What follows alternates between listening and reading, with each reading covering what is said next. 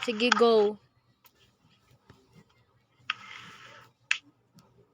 Pleasant morning to each and everyone, and I hope y'all are having a great day. But yep, we are the group 4, by the way, and today we'll be discussing the lesson 8, which is the market segmentation, targeting, and positioning.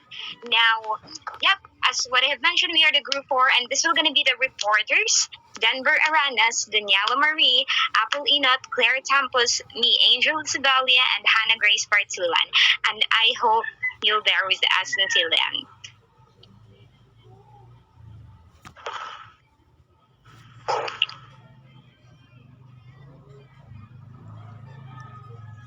Okay, let's start with the market. So, a market is all actual and potential buyers of a product or service, and it is also a regular gathering of people for the purchase and sale of provisions, livestock, and other commodities, and it is also a place where parties can gather to facilitate the exchange of goods and services. So, in marketing, the team market refers to the group of consumers or organizations that is interested in the product and has the resources to purchase the product and is permitted by law and other regulations to acquire the product. So, the market segmentation. A market segmentation is a process of dividing a heterogeneous market into relatively more homogeneous segments based on certain parameters like geographic, demographic, psychographic, and behavioral. It is the activity of dividing a broad consumer or business market, normally consisting of existing and potential customers, into subgroups of consumers, known as segments, and based on some types of shared characteristics like the types of the market segmentations are the geographic segmentation, the demographic segmentation, the psychographic segmentation, and the behavioral segmentation. So, in marketing, market segmentation is the process of dividing a broad consumer or business market, normally consisting of existing and potential customers, into subgroups of consumers based on some types of shared characteristics. So, it is also considered the four main types of market segmentation, but there are also many other strategies you can use, including numerous variations on the four main types. So, the dividing of a targeted advice into subgroups based on commonalities ranging from age, gender, or location to priorities, values, and behavior. And this is a critical part of a building of a marketing plan, as it allows you to effectively determine consumers' purchasing habits. So, next topic.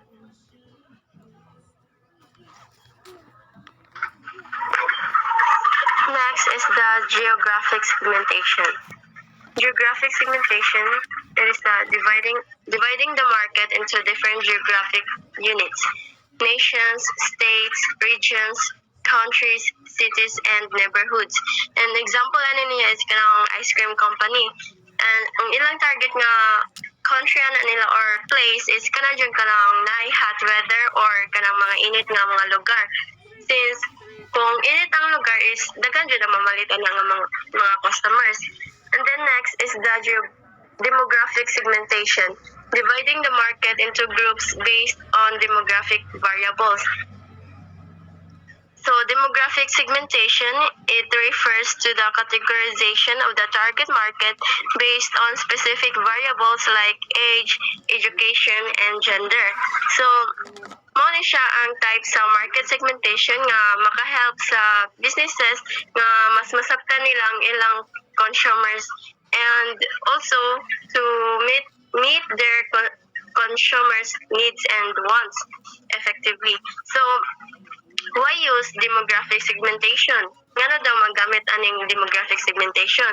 So without demographic segmentation, it is nearly impossible to understand what your customers needs or want. So example niya is kanang sa age.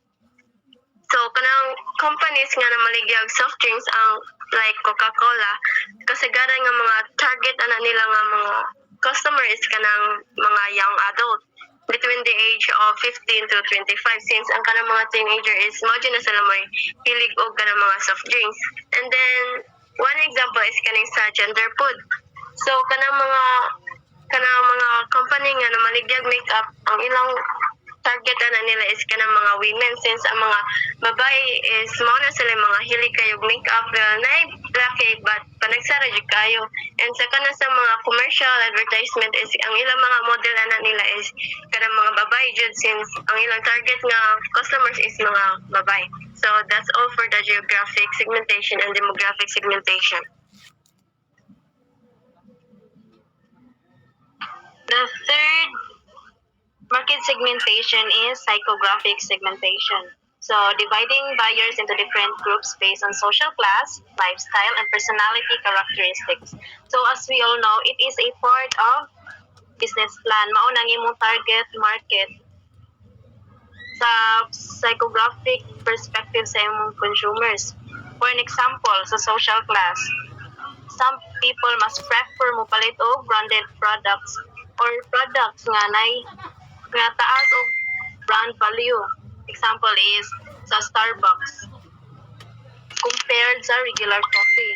So same siya og needs nga i-satisfy kay diba it's still a coffee. Pero some people must prefer jud nga mopalit sa Starbucks instead sa regular nga coffee.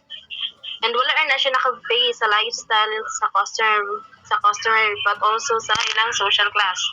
That's why di ba ang uban mo palit og Starbucks dili ra tungod sa product but also tungod sa value sa ilang brand. Usa pa ka example sa lifestyle is ang mga tao nga gina-control ilang carbs. So mas prefer nila mukhawon og salads or mupalit og salads instead sa mga meal nga naay rice. So it is based on the lifestyle sa consumers. The last one is behavioral segmentation. Buyers are divided into groups based on their knowledge, attitude, and use or response to a product.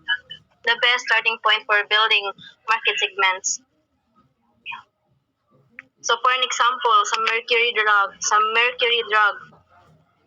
So what would be our response if we have promotional items like sa Suki card? So once mag-fill points ka, you will be getting a free item. So atong response sa kanang products is we will buy more sa ilahang business. So that is our behavioral response sa ilang product. So that's for psychographic and behavior segmentation.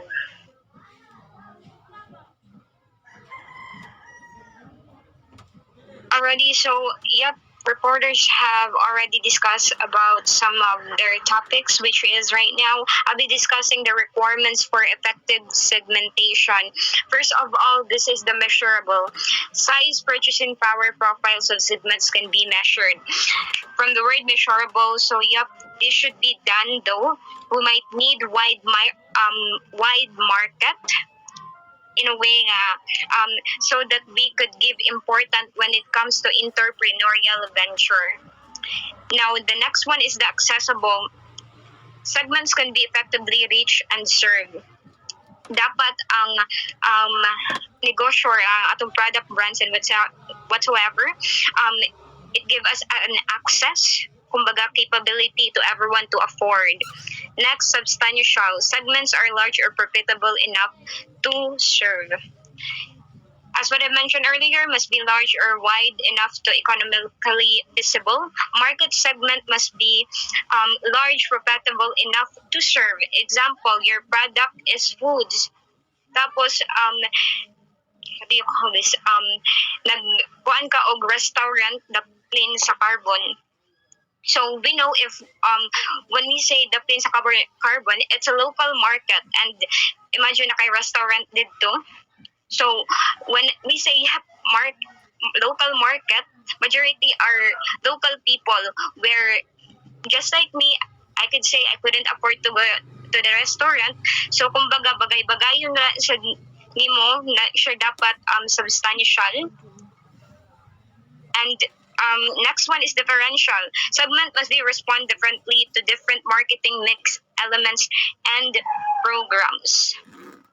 Kumbaga, this segment is dapat imong products is lahi sad sa uban so that you could see the difference. You could know what are the other preference of other people. And next is actionable. Effective programs can be designed to attract and serve the segments.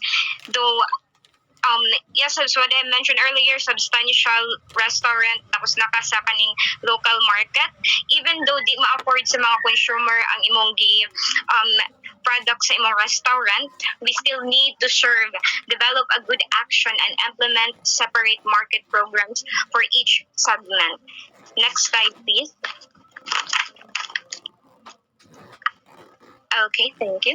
So this will gonna be the positioning strategies. Products can be positioned on specific attributes or against another product's class. The way of the positioning of a product or a brand is viewed in comparison to other products and in the same market. In other words, what perception our consumer has to us, they could differentiate it to others, which is a good tool to us because it helps us to understand consumers what they want. But yep, at some point as well, this could benefit us in a way that we could know, we could have a knowledge on what is unique about our products. Next reporter, please. Thank you. So I'll be reporting product differentiation. Product differentiation is what makes your product or service stand out to your target audience. It's how you distinguish what you sell from what your competitors do, and it increases brand loyalty, sales, and growth. Focusing on your customers is a good start to successful product differentiation. What do they want? What is no one else providing them?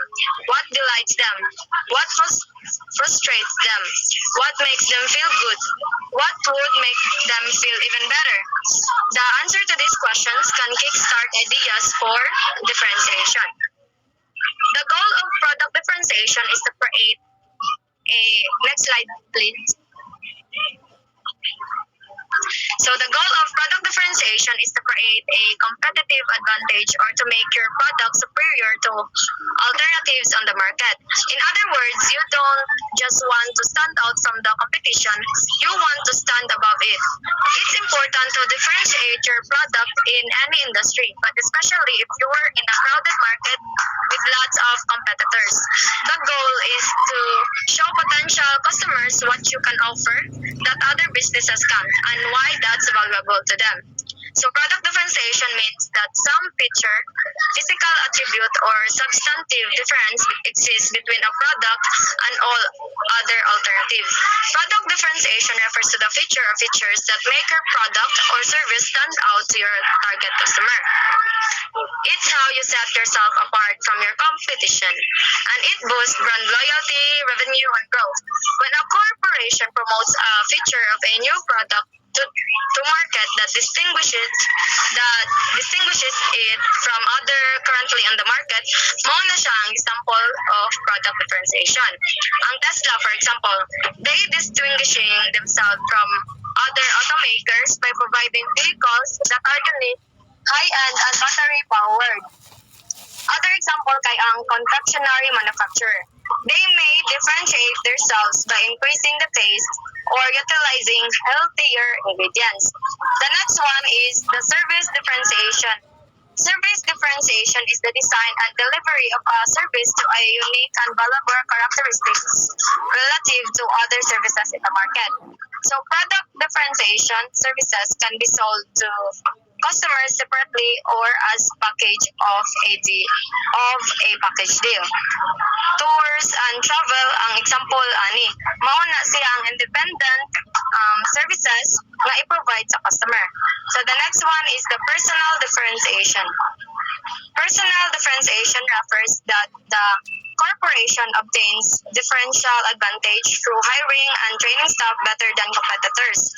The image or characteristic of a staff of a corporation reflects the strength and the image of the corporation. So personal difference refers to an organization's capacity to respond to the requirements of its members in a timely manner through the skills and expertise of its personnel. Better trained employees may provide a significant competitive edge to the business. example, people of McDonald's have the necessary skills and expertise. They are polite, kind, respectful, and considerate, and they have credibility. They are trustworthy, reliable, and provide consistent and accurate service, as well as responding rapidly to customers' requests and concerns. Next reporter, please. So hello, I am Aranas John Denver, and I will continue to report the product differentiation topic. So under product differentiation, we have location differentiation. Location differentiation. Consumers are characterized by their location that corresponds to their ideal product. A variant of the product is defined by its location in the characteristic space. Hospitality and travel firms should look for benefits created by their location and use these benefits to differentiate themselves from their market. For example, hotels facing Central Park in New York City have a competitive advantage over those hotels a block away with no view of the park. So, sample daw kanang location differentiation, kanang pili daw kag kanang location na kanang different siya sa uban nimong competitors aron na kay advantage. So example diri kay kanang hotel nga naa siya view sa kanang Central Park sa New York City, mas advantage siya sa usa ka kanang hotel nga walay kanang view sa kanang Central Park sa New York City. So kanang make sense, right? Kay ang mga tourists kanan pa ba sila view. For example, sa kanang resort nga kanang naay view sa dagat, kay mas advantage siya o mas preferable siya sa mga tourist kaysa sa resort na walay view. The next is image differentiation. Okay, so image differentiation as a source of competitive advantage, a company may differentiate itself from its competitors by image. The particular image or personality it acquires is created by its logo and other symbols, its advertising, its atmosphere, events, and personalities. Company or brand image should convey a singular or distinctive message that communicates the product's major benefits and positioning. For example, Chili's has developed an image as a casual and fun neighborhood restaurant.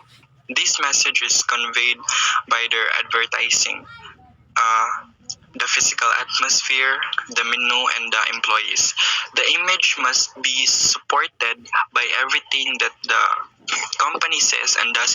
So for example, kanang Jollibee, kanang ila dyan ng nisikat ba na ang kanang ilang word na bida ang saya. So kanang ni uyon na po dyan sa ilang kanang logo, sa kanang color sa ilang kanang niya ang most importantly kay kana ilang personality sa ilang mga service crew kay mga buotan kayo. So kanang ang imong image sa imong business kay maka take advantage pod siya sa uban competitors kung imo siyang kanang kung nindot imong image. So that's all for product differentiation. Now let's go to the next topic, the last topic as well, which is selecting the right competitive advantages. Next slide, please.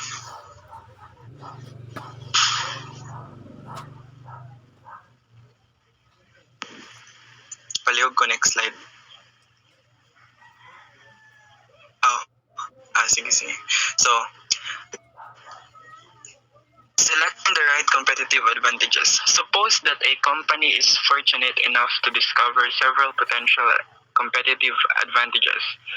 It now must choose the ones on which it will build its positioning strategy. So, selecting the right competitive advantages avoids various positioning errors, such as, so there are three, under positioning, kanang over positioning, and confused positioning. So, first is under positioning. Under positioning is when a brand has failed to communicate a compelling position due to which consumers are unclear about the key benefits of their brand. So, for example, a sushi restaurant in a town filled with sushi restaurants with a standard menu, taste, decor, service. Another example, a luxurious hotel in an inconvenient location in a town filled with luxurious hotels in a convenient location. So, first example, kaning under positioning, it means na failed nimo nga kanang ipaila-ilay mong kanang i-position bitaw imong business sa market. So example kanang naghimo kag business kanang sushi restaurant nya daghan kay mo sa inyong lugar, daghan kay mga sushi restaurant, then imo pong sushi restaurant kay naa ra pud makita ra pud sa uban kay ang naa sa imo kay standard man siya nga menu, standard nga taste, walay innovation, walay something different or unique, to be direct. So kanang ang mga decor then service level is also kanang more siya kanang standard ra nga na. So for sure na most likely dili kay mo kanang musikat imo ang business, and also wala siya position sa market. Next is overpositioning. Overpositioning is when a brand differentiates itself to the extent that its products only appeal to a section of the target audience due to the overemphasis of certain aspects of the product. Examples of overpositioning: an artificial intelligence for a can opener, a Samsung Galaxy Z Fold or Samsung Galaxy Z Flip series smartphones. Another one is a high quality product with expensive price where the customers are primarily concerned with the price. So, for example, kanang over positioning, it means kanang grabe ra kay ka high standard imuhang product nga feel sa mga tao nga dili na nila ma-afford. For example, kanang can opener, di ba? Kita kanang maabli ra man nato ang dilata sa kanang knife nya kanang AI siya, artificial intelligence which is too much kay mabuhat ra maganat kanang sayon ra kay na siya nga butang, mabuhat ra gyud siya sa tao. So no need to use artificial intelligence na murag siya. Then Samsung Galaxy Z Fold or Samsung Galaxy Z Flip series smartphone, so kanang siya kanang mahal kayo ni siya kay foldable man siya nga phone. Then I think ang mga price ni 100k or below guro, basta mahal gyud siya kaning Samsung Galaxy Z Fold. Then dili man tanan tao maka-afford aning Samsung Galaxy Z Fold kay ang uban tao kanang nagamit ra man og smartphone for communication or something like that. So ang maka-afford ra ani kanang mga high class nga tao. Then next kay kanang or anything kaning over positioning is anything kanang products nga taas kayo og price ingana, like kanang dili ma-afford sa mga kanang normal ra nga tao ingana. So that is over positioning. Next and the last one is kanang confused positioning. Confused positioning is when a brand's positioning efforts result in their customers having a confused image of the company and or its products. Confused positioning is often observed that a brand will create too many associations with a product or will reposition the brand very, very frequently. This results in confusing the potential buyers about the goods and hampers the positioning schemes. For example, buyers think that Apple only comes out with expensive products where Apple has a range of products at different prices. So, example kanang Apple kay magtuwa mga tao na ang Apple kay basta Apple gani expensive gid siya pero wala sila kay bawo na naailain products or models of phone sa kanang smartphone ng Apple nga cheaper sa ilang mga flagship phone. So kaning confused positioning kananing mga kanang product nga usab-usab ang motto, usab-usab ang price, usab-usab ang market positioning, so ma-confuse na ang tao kung unsa man gid ni sila kay sige man sila usab-usab. So mora na siya sa confused positioning. That's all, thank you.